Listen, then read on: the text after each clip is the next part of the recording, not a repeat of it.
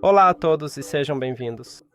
Neste vídeo vou mostrar como desvincular seus fones de ouvido, HUAWEI FreeBuds SE 2.0, do seu dispositivo Android.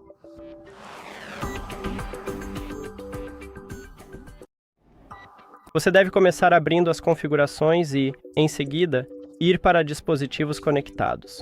Agora clique no ícone de configurações ao lado dos seus fones de ouvido. Temos um botão chamado Esquecer e você precisa tocar nele, mas talvez você queira interromper a conexão Bluetooth com esses fones de ouvido sem removê-los do telefone, então você deve selecionar Desconectar. Agora vamos removê-lo. Então, toque em Esquecer e depois em Esquecer. Você pode colocar seus fones no estojo de carregamento e fechar o estojo. Obrigado por assistir.